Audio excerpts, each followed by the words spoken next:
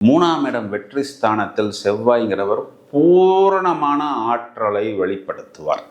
அப்போ இவர்களுக்கு 9ஆம் இடம் பாக்கியஸ்தானத்தில் கெட்டவன் கெடுகிறான்ங்கிற அமைப்பில் சனி வந்து அமரும் பொழுது, இப்போ நமக்கு அந்த நேருக்கு நேர்னு ஒரு படம் வந்தது பார்த்தீங்கன்னா, அதில் 2 பேர் ஆப்போசிட்டில் நிற்கிற மாதிரி, நீயா நானா வா ஒரு கை பார்த்துடலாம் அப்படிங்கிற மாதிரி ஒரு போஸ்டர் போட்டிருப்பாங்க. ஒரு 2 டான் நேருக்கு நேர் நின்று பார்த்து கொண்டால் எப்படி இருக்குமோ அதுதான் இந்த சனி செவ்வாய் பார்வை என்பது.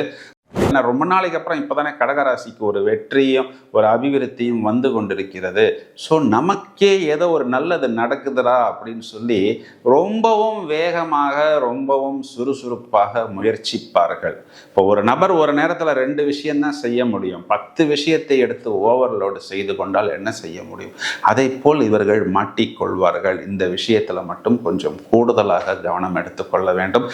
இப்போ செவ்வாயை பொறுத்த வரைக்கும் சனியை வந்து நீயெல்லாம் ஒரு ஆளா, உன்னையெல்லாம் கொண்டு வந்து எனக்கு சமமா நிப்பாட்டிட்டாங்களேப்பா.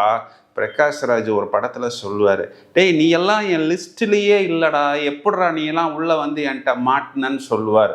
அதை போன்ற ஒரு அமைப்பு தான் இந்த செவ்வாய் என்ற கிரகத்திற்கு சனி மேல் உண்டு.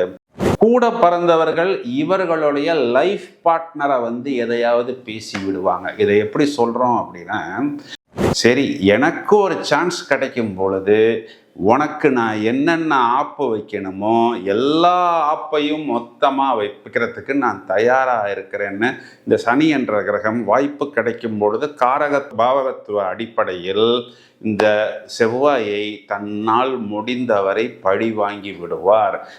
சில நேரத்தில் அதில் ஏதாவது வெளியில் சொல்ல முடியாத சின்ன சின்ன விபத்துக்கள் ஏற்படும். விபத்துன்னா ஒரு ஆக்சிடெண்ட்டோ ஒரு கொலிஷனோ மட்டும்தான் விபத்துன்னு எடுத்துக்கொள்ளக்கூடாது.